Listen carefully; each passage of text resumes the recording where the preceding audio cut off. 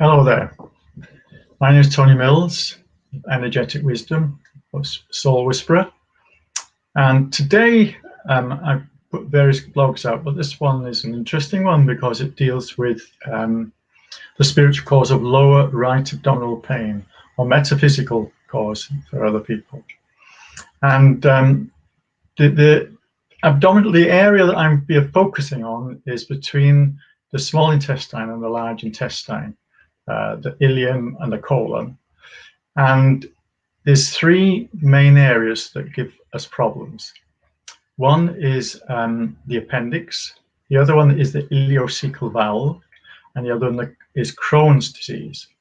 So I'll just go over briefly what these are, how it affects us. So I'm focusing today on the emotional cause of these problems and the spiritual cause. So we'll start with appendix. It's an inability to filter and protect yourself from life's challenges due to self-hate and self-disgust. And you think, well, I haven't got that. But when we look deeper within ourselves, these things appear. And the nicer you are, the more you're going to hide it. And you think, well, it's my child's had this. Then they're picking this up. As we have picked up our parents' programs, the child can pick up our programs and then live it. And that's why it's good to address the parents first with these things, because the children very often pick up our programs as we have picked up theirs. So there's been a lack of self-compassion. Not only would you sabotage yourself mentally, physically, and emotionally, but you'd sabotage your goals also. That is hiding behind the appendix. So you think, well, what happens if the appendix bursts? Well, the body's decided that it's no longer contain this negative feelings, okay, that have accumulated in the appendix. The perceived solution of the body was to remove the poisons immediately, hence the burst appendix. If you think of everything's a reaction, after the appendix is removed, the physical problem is solved, but not the emotional problem. So an example of that can be when someone has had a limb removed and they still feel the pain in the limb. And another one is when someone has the gallbladder removed. Very often there's a pain between the shoulder blades. Well, that might still be there. And the feelings can still be there. So if we don't address the feelings, it might decide to go somewhere else to address it, related to those feelings. This is the point. The first comes the thought, then the feelings, then the physical condition. The memory of the emotional trauma can remain in the area where the appendix was. Okay, that's what we've got to remember. It can still hang around because the emotion has not been addressed, right? So the other area within the same vicinity, because it's in this where the small intestine connects up with the large intestine, the colon or cecum. We've got a valve that controls the flow. Okay, it's all to do with life's flow through this small intestine, large intestine. Okay, and it relates to blockages in that flow. Emotional blockages are behind all this that's happening. So the ileocecal valve is like a valve that releases the content of the small intestine out into the large intestine. Then it will close up behind it so that it doesn't back up and poisons the system. Well, if it does stick open, the contents can come back, poison the system. If it sticks closed, the content of the small intestine can't get out, poisons the system. Okay. Now, the point is with the ileocecal valve, it has so many different symptoms. You know, just briefly, there's digestive problems, diarrhea, constipation, palpitations, joint pain, skin conditions. If you think of our body as you think the mouth and right down to the anus is inside us. Actually, if you follow the skin, it goes all the way through. We're like a big tube that connects outside and in. That's so you can get skin conditions. That's another reason for skin conditions. But it can affect even slip disc syndromes, headaches, palpitations, you know, feeling depressed. If you poison your system, there's loads of ways to actually communicate with you. And some of the feelings may be relevant to another condition. So there we got this little valve affecting the whole body, okay? And this is why it's very important to deal with it.